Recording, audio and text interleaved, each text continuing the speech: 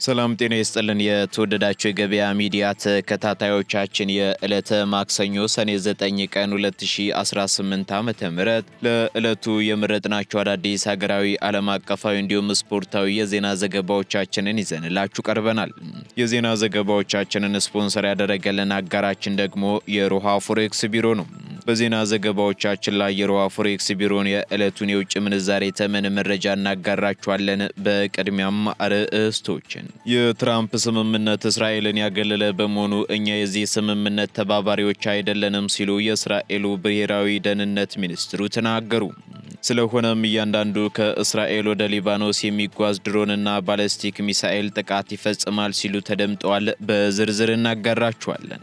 ቢ52 የተሰኘው ስትራቴጂካዊ የአሜሪካ ቦምብ ጣይ የጦር አውሮፕላን ተከስክሶ በውስጡ የነበሩ ሁሉም ሰዎች መሞታቸው ተነገረ። የጦር አውሮፕላኑን መከስከስ ተከትሎ መግለጫ የሰጡት የጦር ሰፈሩ ምክትል አዛዥ ኮሎኔል ጄምስ ሄምስ ደግሞ ከአደጋው አስከፊነት የተነሳ ማንም ሰው ሊተርፍ የሚችልበት ሁኔታ እንዳልነበር ገልጸው የጦር አባላቱን ጨምሮ ታላላቅ አሜሪካውያንን አጥተናል ብለዋል። ሙሉ መረጃውን በዝርዝር እናደርሳችኋለን። የእስራኤሉ ጠቅላይ ሚኒስትር ቤንያሚን ኔታንያሁ የእስራኤል መከላከያ ሰራዊት አስፈላጊ እስከሆነ ድረስ ከሊባኖስ ከሶሪያና ከጋዛ ሰርጥ ጦሩን እንደማያስወጣ አስታወቁ። የሀገሪቱ መከላከያ ሚኒስትር እስራኤል ካትዝ በበኩላቸው ይህ የእስራኤል ውሳኔ የሂዝቦላህንና ሌሎች የደህንነት ስጋቶችን ሙሉ በሙሉ ለመከላከል ያለመ መሆኑን አስገንዝበዋል። የምትሰሙት መረጃችን ነው። አሜሪካ ለኢራን መልሶ ግንባታ የሚውል የ300 ቢሊዮን ዶላር የገንዘብ ድጋፍ ልታደርግ ነው ተብሎ የተሰራጨውን ዘገባ የሐሰት ወሬ ሲሉ ፕሬዝዳንት ዶናልድ ትራምፕ አስተባበሉ።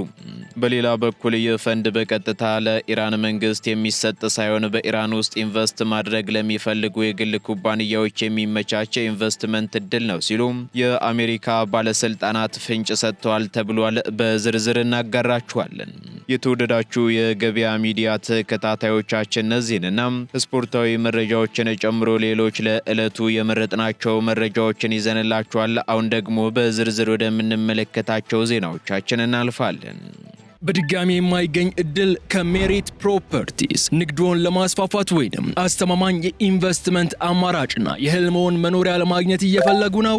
እንግዲያውስ በመርካቶ ተክለ ሃይማኖት አካባቢ 30% በመንግስት ድርሻ የምንገነባቸውን ዘመናዊ የንግድ ሱቆችን ለአጠቃላይ የጋራ መገልገያ ተጨማሪ ሂሳብ ሳይከፍሉ ወይንም በኔት ኤሪያ ብቻ ከ22 ካሬ ሜትር ጀምሮ በ1.3 ሚሊዮን ብር ቅድመ ክፍያ ወይንም በ3.7 ሚሊዮን ብር ሙሉ ክፍያ ባለቤት ይሁኑ። ምን ይሄ ብቻ! በውቢቷ ፒያሳ በአራዳ ፓርክና በፍሬንድሺፕ ፓርክ መካከል የምንገነባቸውን ባለ አንድና ባለ ሁለት መኝታ ቤቶችን በ900 ሺህ ብር ቅድመ ክፍያ ወይንም በ3.9 ሚሊዮን ብር ሙሉ ክፍያ ብቻ አቅርበንልዎታል። ልብ ይበሉ፣ የቀሩት ቤቶችና ሱቆች በጣም ውስን በመሆናቸው ዛሬውን ወስነው የቤት ባለቤትነት ህልምዎን ያሳኩ። ለበለጠ መረጃ በ0910963904 ወይንም 0955348932 ሃሎ ይበሉ።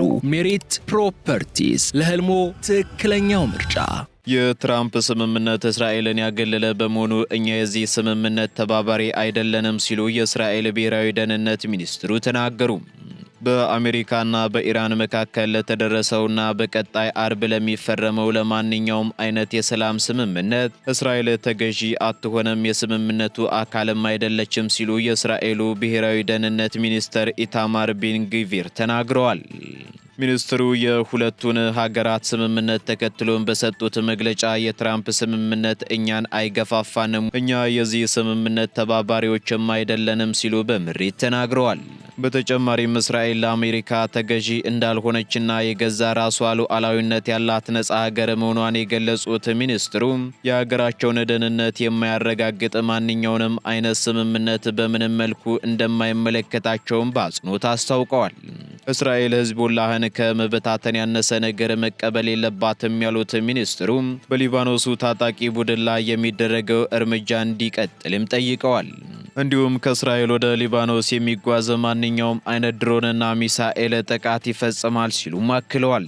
ይህ በእንዲህ እንዳለ ከአሜሪካው ፕሬዝዳንት ዶናልድ ትራምፕ አስተዳደር በኩል ሊመቻች ስለታሰበው ስምምነት ዝርዝር መረጃዎች ባይወጡም የሚኒስትሩ መግለጫ በዋሽንግተንና በቴል አቪቭ መካከል ያለውን የፖሊሲ ልዩነት እንዲሁም በእስራኤል ቀኝ ዘመም ጥምር መንግስት ውስጥ ያለውን ከፍተኛ ስጋት ያሳየ ነው ተብሏል። ይህ የሚኒስትሩን መግለጫ ተከትሎም ከአሜሪካም ሆነ ከእስራኤል ጠቅላይ ሚኒስትር ቤንያሚን ኔታንያሁ ጽሕፈት ቤት በኩል የተሰጠ ይፋዊ ምላሽ የለም። በሌላ በኩል ቤንግቪር የራሳቸውን መንግስት በተደጋጋሚ የሚተቹ ሲሆን በዩናይትድ ኪንግደም እና በሌሎች ሀገራት በፍልስጤም ማህበረሰብ ላይ ተደጋጋሚ የግጭት ቅስቀሳ በማድረግ ማዕቀብ ተጥሎባቸዋል።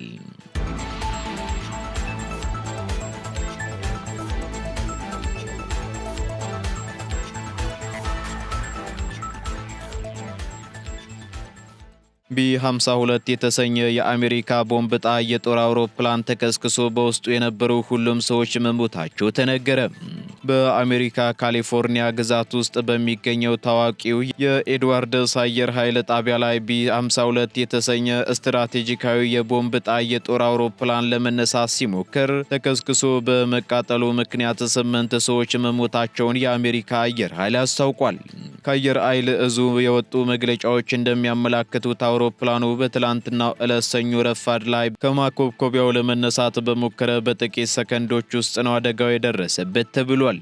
ይህን አደጋ ተከትሎም ከአየር ኃይል ጣቢያው ግቢ ውስጥ ከፍተኛ ጥቁር ጭስ ወደ ላይ ሲያዣብብ የሚያሳዩ ምስሎች በማህበራዊ ሚዲያ ላይ ተሰራጭተዋል። የጦር ሰፈሩ ምክትል አዛዥ ኮሎኔል ጄምስ ሄንስ በበኩላቸው በሰጡት መግለጫ ከአደጋው አስከፊነት የተነሳ ማንም ሰው ሊተርፍ የሚችልበት ሁኔታ እንዳልነበር ገልጸው 8 ታላላቅ አሜሪካውያንን አጥተናል ብለዋል። በዚህ አደጋም ደግሞ ሕይወታቸው ያለፈው ወታደራዊ አባላት፣ የመንግስት ሲቪል ሰራተኞችና የኮንትራት ሰራተኞች ሲሆኑ የአውሮፕላኑ አምራች የሆነው ቦይንግ ኩባንያም 2 ሰራተኞቹ በረራ ላይ እንደነበሩና ሕይወታቸው ማለፉን አረጋግጧል። በሌላ በኩል የአየር ኃይል ባለስልጣናት አውሮፕላኑ ለምን ሊከሰከስ እንደቻለ እስካሁን በይፋ የገለጹት ነገር የሌለ ሲሆን የአደጋው መንስኤ በአሁኑ ወቅት በከፍተኛ ወታደራዊ ባለሙያዎች እየተመረመረ ይገኛል ተብሏል። የቢ-52 ቦምብ ጣይ አውሮፕላኖች ከአሜሪካ አየር ኃይል ቁልፍ የጦር መሳሪያዎች መካከል ዋነኞቹ ሲሆኑ ከ1950ዎቹ ጀምሮ የኒውክሌር መሳሪያዎችን ጨምሮ እጅግ ከፍተኛ መጠን ያላቸውን ፈንጂዎች በመሸከም ለረጅም ዘመን እያገለገሉ ያሉ ግዙፍ አውሮፕላኖች ናቸው።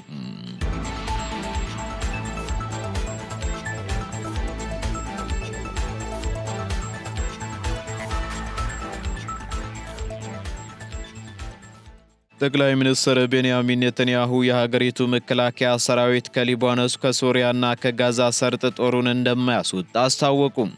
የእስራኤሉ ጠቅላይ ሚኒስትር ቤንያሚን ኔታንያሁ የእስራኤል መከላከያ ሰራዊት አስፈላጊ እስከሆነ ድረስ በጋዛ፣ በሊባኖስና በሶሪያ በቁጥጥር ስር ባደረጋቸው ቦታዎች ላይ ተሰማርቶ እንደሚቆይ አስታውቀዋል። ይህ የኔታንያሁ መግለጫ የወጣው ደግሞ አሜሪካና ኢራን በመካከለኛው ምስራቅ ለረጅም ጊዜ የዘለቀውን የትጥቅ ግጭት ለማቆም የተኩስ አቁም ስምምነት ላይ መድረሳቸውን ይፋ ባደረጉ ማግስት ነው። የሀገሪቱ መከላከያ ሚኒስትር እስራኤል ካትዝ በበኩላቸው የሀገሪቱ ሰራዊት በደቡብ ሊባኖስ፣ በሶሪያና በጋዛ በያዛቸው መሬቶች ላይ ላልተወሰነ ጊዜ መቆየት እቅድ እንዳለው አረጋግጠዋል። ሚኒስትሩ አክለውም ይህ ውሳኔ ደግሞ የሂዝቦላህንና ሌሎች የደህንነት ስጋቶችን ሙሉ በሙሉ ለመከላከል ያለመ መሆኑን አስገንዝበዋል።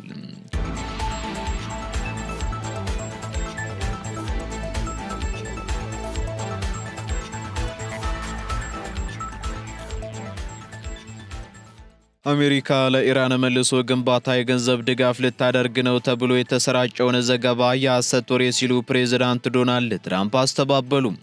የዩናይትድ ስቴትስ ፕሬዝዳንት ዶናልድ ትራምፕ አሜሪካ ለኢራን መልሶ ግንባታ የሚሆን $300 ቢሊዮን የገንዘብ ድጋፍ ልታደርግ ነው ተብሎ የተሰራጨው ዘገባ የሐሰት ወሬ ነው ሲሉ አስተባብለዋል። ፕሬዝዳንቱ በትሩዝ ሶሻል ገጻቸው ባስተላለፉት መልእክት አሜሪካ ለኢራን $300 ቢሊዮን የመልሶ ግንባታ ፈንድ ልትሰጥ ነው ተብሎ በዲሞክራቶች የተሰራጨው ወሬ ፍጹም ሐሰት መሆኑን ገልጸው ኢራን የኒውክሌር መሳሪያን በጭራሽ ላለማበልጸግ ተስማምታለች ብለዋል። የአሜሪካው ምክትል ፕሬዝዳንት ጄዲ ቫንስ በበኩላቸው ለሲቢኤስ ኒውስ በሰጡት ማብራሪያ ስለ መልሶ ግንባታ ፈንዱ የተነሳ ወሬ እውነት ሊሆን የሚችለው በባህረ ሰላጤው አረብ ሀገራት ጥምረት የሚደገፍ ከሆነ ብቻ እንደሆነ ገልጸው ከአሜሪካ ግብር ከፋዮች የሚወጣ አንድም ሳንቲም እንደሌለ አረጋግጠዋል። ይህ ውዝግብ የተነሳው ደግሞ ፋይናንሻል ታይምስ ጋዜጣ በትራምፕ አስተዳደርና በኢራን መካከል እየተደረገ ባለው የሰላም ድርድር ላይ $300 ቢሊዮን ዶላር የመልሶ ግንባታ ፈንድ ሊቋቋም እንደሚችል ዘግቦ ስለነበረ ነው። ነገር ግን የአሜሪካ ባለስልጣናት እንደሚሉት ከሆነ ደግሞ ይህ ፈንድ በቀጥታ ለኢራን መንግስት የሚሰጥ ሳይሆን በኢራን ውስጥ ኢንቨስት ማድረግ ለሚፈልጉ የግል ኩባንያዎች የሚመቻች ኢንቨስትመንት እድል መሆኑን ተናግረዋል። ይህም ቢሆን ግን ተግባራዊ የሚሆነው ደግሞ ኢራን የሆርሙዞች መጠን በይፋ ስትከፍትና በኒውክሌር ድርድሩ ላይ የገባችውን ቃል ስታከብር ብቻ ነው ሲሉም ጠቁመዋል።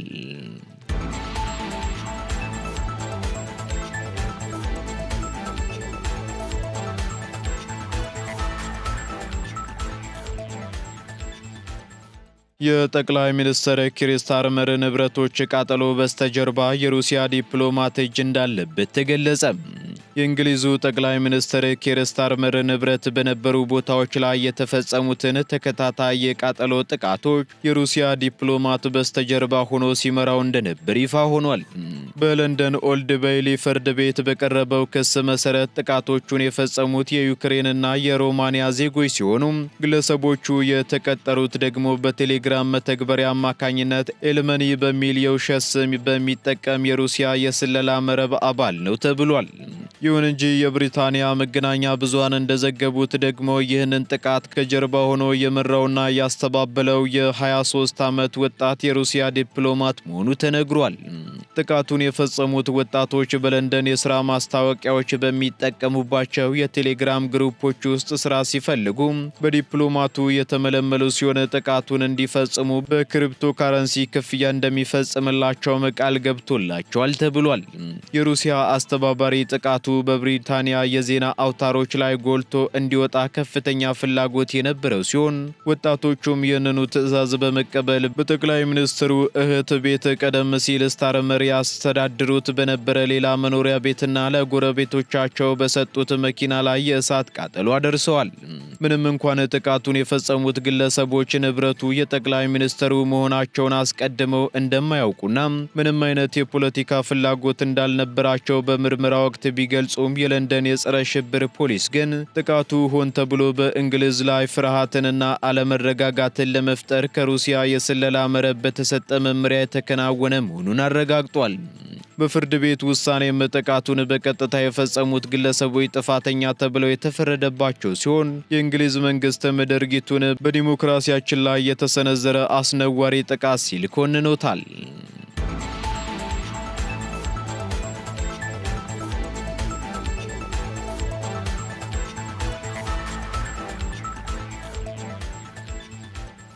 ወደ መጨረሻው ዝርዝር መረጃችን ስንሸጋገር የአሜሪካ ባህር ኃይል በቁጥጥር ስር በዋላቸው የጥላ መርከቦች ውስጥ እጅግ አደገኛ ቴክኖሎጂዎች መገኘታቸው ተገለጸ። የአሜሪካ ባለስልጣናትና የባህር ኃይል በካሪቢያንና በሰሜን አትላንቲክ ውቅያኖስ ላይ ባደረጉት ድንገተኛ አሰሳና ክትትል ማዕቀቦችን በመጣስ የሩሲያ የቬንዙዌላና የኢራንን ነዳጅ በድብቅ የሚያጓጉዙ በርካታ በሳተላይት የማይታዩ ወይንም የጥላ መርከቦችን ዳር ክፍል ታንከርስ በቁጥጥር ስር መዋላቸውን አስታውቀዋል። መርከቦቹን በቁጥጥር ስር ከዋሉ በኋላም በተደረገው ጥብቅ ፍተሻ ክትትልን ለማምለጥ የተገጠሙ እጅግ ውስብስብና አደገኛ የቴክኖሎጂ ስልቶች መገኘታቸውን የዓለም አቀፍ ሚዲያዎችን ትኩረት ስቧል። በዚህም እንደ ባለስልጣናቱ ገለጻ ከሆነ እነዚህ መርከቦች በዓለም አቀፍ ሕግ መሰረት ያሉበትን ቦታና ማንነታቸውን ለሳተላይት የሚያሳውቀውን የአውቶማቲክ አይደንቲፊኬሽን ሲስተም መገናኛ መሳሪያ ሙሉ በሙሉ ከማጥፋት ባለፈ የሐሰት መጋጠሚያዎችን ለሳተላይት በመላክ የሚያጭበረብር ቴክኖሎጂ ተገጥሞባቸዋል ተብሏል። ይህ ቴክኖሎጂ መርከቦቹ በተግባር ነዳጅ እየቀዱ ባሉበት ሰዓት በሳተላይት ላይ ግን በሺዎች ከሚቆጠሩ ማይሎች ርቀው በሰላማዊ ባህር ላይ እየተጓዙ እንደሆነ አድርጎ የሐሰት ምስል ለመፍጠር ያስችላል ነው የተባለው። በተጨማሪም መርከቦቹ በከፍተኛ ውቅያኖስ ላይ ሳተላይቶች በማይታዩበት ወይንም በጨለማ ሰዓት ሌላ መርከብ ላይ ተጠግተው ነዳጅ የሚያስተላልፉበት የአቅጣጫ መቆጣጠሪያ ዘዴዎችን እንደሚጠቀሙ የተደረሰበት ሲሆን ይህም ደግሞ ከፍተኛ የሆነ የዘይት መፍሰስና የአካባቢ ብክለት አደጋን የሚጋብዝ መሆኑ ተገልጿል። መርከቦቹ በጉዞ ላይ እያሉ ዲጂታል መረጃዎቻቸውን በመቀየር የሌላ ሀገር የሐሰት የባህር ላይ ባንዲራዎችን በዲጂታል መዝገብ ላይ የመጫንና ስማቸውን የመቀየር የቴክኖሎጂ ስርቆት እንደሚፈጽሙም ተረጋግጧል።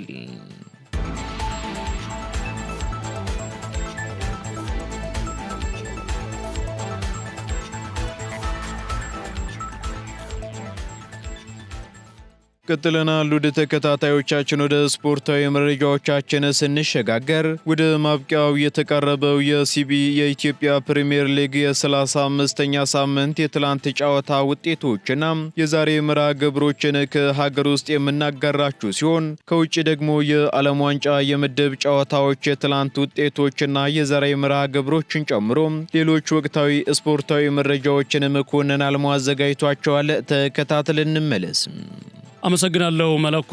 እንደምንውላችኋል ውድ የገበያ ሚዲያ ቤተሰቦቻችን፣ እነሆ የዕለቱን የሰዓቱን ስፖርታዊ ዜናዎች ወደ እናንተ አደርሳለሁ። ነገሌ አርሲዎች ሐዋሳ ከተማን 2-1 በማሸነፍ በዋንጫ ፉክክር ውስጥ መሆናቸውን ሲያረጋግጡ፣ አዳማ ከተማ ንግድ ባንክን በማሸነፍ ከወራጅ ቀጠናው የራቀበትን ድል አስመዝግቧል። አርባ ምንጭ ከተማ በበኩሉ ተከታታይ ሁለተኛ ጨዋታውን በማሸነፍ ደረጃውን ያሻሻለበትን ወሳኝ ድል ሲያሳካ፣ በጎዶሎ የተጫወተው ፋሲል ከነማ ሀዲያ ሆሳዕናን 1-0 ረቷል። በሲቢ የኢትዮጵያ ፕሪሚየር ሊግ 35ኛ ሳምንት የሁለተኛ ቀን የትላንት መርሃ ግብር ነገሌ አርሲ ሐዋሳ ከተማን 2-1 ማሸነፍ ችሏል። የነገሌ አርሲን የድል ግቦች አለኝታ ማርቆስና ሮቦስ ስላሎ ሲያስቆጥሩ፣ ለሐዋሳ ከተማ ጌታነህ ከበደ ከሽንፈት ያልታደገች ብቸኛ ግብ ከመረብ አሳርፏል። ነገሌ አርሲ ማሸነፉን ተከትሎ በፕሪሚየር ሊጉ ዋንጫ ፉክክር ውስጥ መቆየት ችሏል። ነገሌ አርሲ በቀጣይ መርሃ ግብር ከሊጉ መሪ ሲዳማ ቡና ጋር የሚያደርጉት ጨዋታ ይጠበቃል። ሲዳማ ቡና በቀጣይ 1 ነጥብ የሚያገኝ ከሆነ የ2018 ዓ.ም የሲቢ የኢትዮጵያ ፕሪሚየር ሊግ ሻምፒዮን መሆኑን ያረጋግጣል። በሌላ የትላንት የሲቢ የኢትዮጵያ ፕሪሚየር ሊግ መርሃ ግብር አርባ ምንጭ ከተማ ሽረ ምድረ ገነትን 2-0 ማሸነፍ ችሏል። የአርባ ምንጭ ከተማን የማሸነፊያ ግብ አብዱራህማን መሐመድና ቴዎድሮስ አጮ አስቆጥረዋል። ፋሲል ከነማ በበኩሉ ከ38ኛው ደቂቃ ጀምሮ በጎደሎ በተጫወተው መርሃ ግብር ሀዲያ ሆሳዕናን 1-0 ማሸነፍ ችሏል። የፋሲል ከነማን ብቸኛ የማሸነፊያ ግብ ታምራት ኢያሱ 43ኛው ደቂቃ ላይ አስቆጥሯል። የፋሲል ከነማው ሀብታሙ ተከሰ 38ኛው ደቂቃ ላይ በሰኮንዶች ልዩነት በተመለከታቸው ቢጫ ካርዶች በቀይ ካርድ ከሜዳ ወጥቷል። መቋጫውን ሊያገኝ የተቃረበው የሲቢ የኢትዮጵያ ፕሪሚየር ሊግ የ35ኛ ሳምንት ጨዋታዎች ዛሬ በሚደረጉ 3 መርሃ ግብሮች ይጠናቀቃል።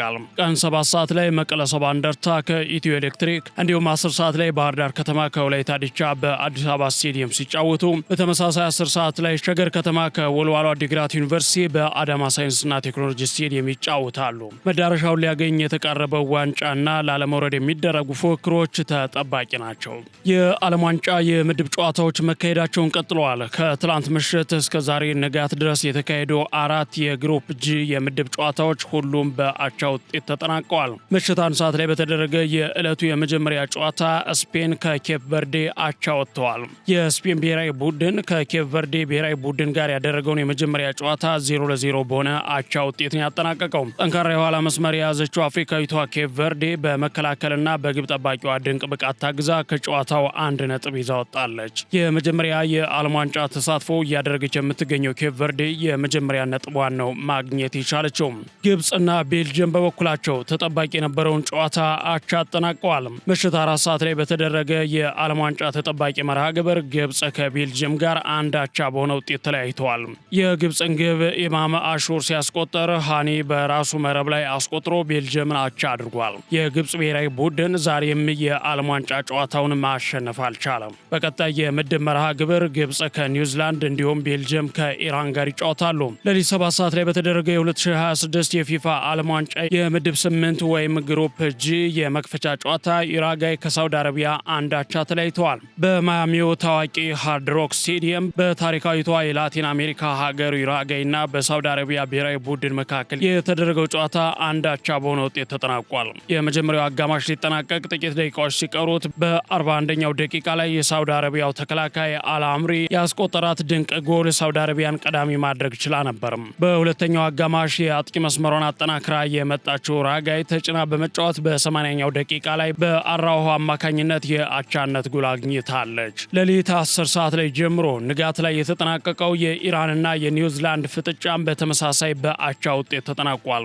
በመካከለኛው ምስራቅ ጦርነት አሜሪካና እስራኤል ጋር አንገት ለአንገት ተናንቃ ለወራቶች የተዋጋች የምትገኘው ኢራን ከሜክሲኮ አሜሪካ አምርታ ያደረገችውን ጨዋታ 2 አቻ በሆነ ውጤት አጠናቃለች። በትራምፕ አስተዳደር አሜሪካ መዋል ማደር የተከለከለችውና በጨዋታ ጊዜ ብቻ አሜሪካ ገብታ ተጫውታ እንድትወጣ የተፈቀደላት ኢራን በንጋቱ ጨዋታ ከኒውዚላንድ ጋር 2 አቻ ተለያይታለች።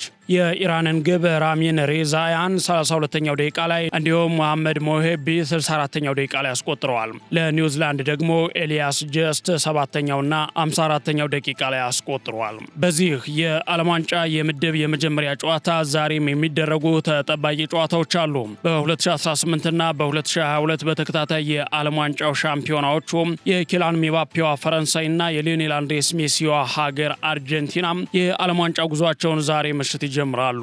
አውሮፓዊቷ ፈረንሳይ ከአፍሪካዊቷ ሴኔጋል ጋር ተጠባቂ ጨዋታቸውን ከምሽቱ 4 ሰዓት ጀምሮ የሚያካሂዱ ይሆናል። ሴኔጋል ከ2002 የዓለም ዋንጫ ታሪካዊ ድሏ በኋላ ዳግም ከፈረንሳይ ጋር የምትጫወት ይሆናል። አርጀንቲና የሻምፒዮና ክብሯን ለማስቀጠል ውድድሯን ከሌላኛው አፍሪካዊቷ ሀገር አልጄሪያ ጋር ሌሊት 10 ሰዓት ላይ ታደርጋለች። እንደዚሁ ሌሊት 7 ሰዓት ላይ ኢራቅ ከኖርዌይ እንዲሁም ንጋት 1 ሰዓት ላይ ኦስትሪያ ከጆርዳን የሚጫወት ይሆናል።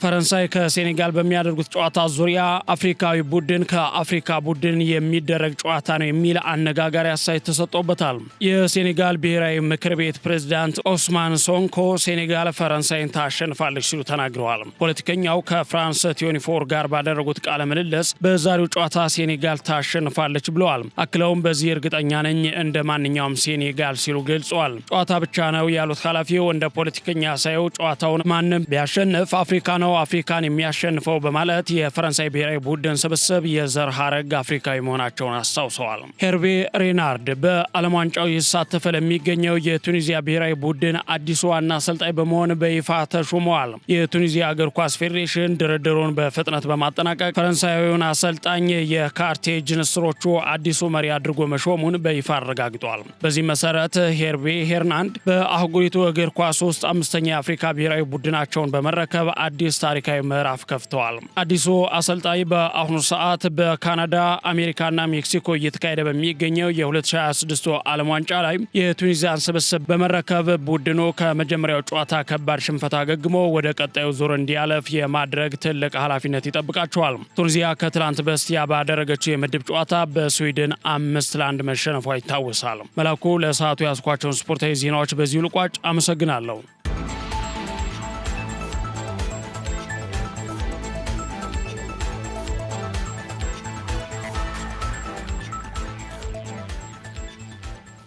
ከስፖርታዊ መረጃዎቻችን ተመልሰናል። የተወደዳችሁ ተከታታዮቻችን፣ በመጨረሻም የሮሃ ፎሬክስ ቢሮን የዕለቱን የውጭ ምንዛሬ ተመን መረጃ እናጋራችኋለን። በዚህም አንድ የአሜሪካ ዶላር 173 ብር ከ11 ሳንቲም የተገዛ 176 ብር ከ57 ሳንቲም የተሸጠ ይገኛል። ፓውንድ ስተርሊንግ 228 ብር ከ55 ሳንቲም የተገዛ 233 ብር ከ12 ሳንቲም የተሸጠ ይገኛል። ዩሮ ደግሞ 197 ብር ከ40 ሳንቲም የተገዛ መሸጫው ደግሞ 201 ብር ከ34 ሳንቲም ሆኗል። ስዊስ ፍራንክ 215 ብር ከ10 ሳንቲም የተገዛ 219 ብር ከ40 ሳንቲም የተሸጠ ይገኛል። የተባበሩት አረብ ኤምሬት ድራም ደግሞ 46 ብር ከ80 ሳንቲም መግዣው ሲሆን መሸጫው ደግሞ 47 ብር ከ73 ሳንቲም ሆኗል። የሳውዲ ሪያል 45 ብር ከ62 ሳንቲም የተገዛ 46 ብር ከ53 ሳንቲም የተሸጠ ይገኛል። የቻይና ዩዋን እንዲሁ 24 ብር ከ83 ሳንቲም መግዣው ሲሆን መሸጫው ደግሞ 25 ብር ከ32 ሳንቲም ሆኗል። የካናዳ ዶላር 122 ብር ከ15 ሳንቲም የተገዛ 124 ብር ከ59 ሳንቲም የተሸጠ መሆኑን የሮሃ ፎሬክስ ቢሮ የዕለቱ የውጭ ምንዛሬ ተመን መረጃ ያመለክታል።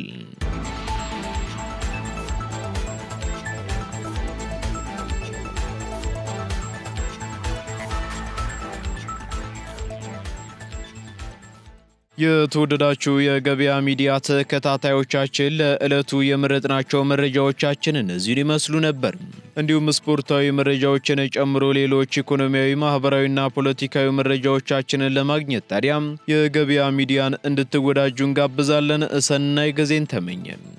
በድጋሚ የማይገኝ እድል ከሜሪት ፕሮፐርቲስ። ንግድዎን ለማስፋፋት ወይም አስተማማኝ የኢንቨስትመንት አማራጭና የህልምዎን መኖሪያ ለማግኘት እየፈለጉ ነው?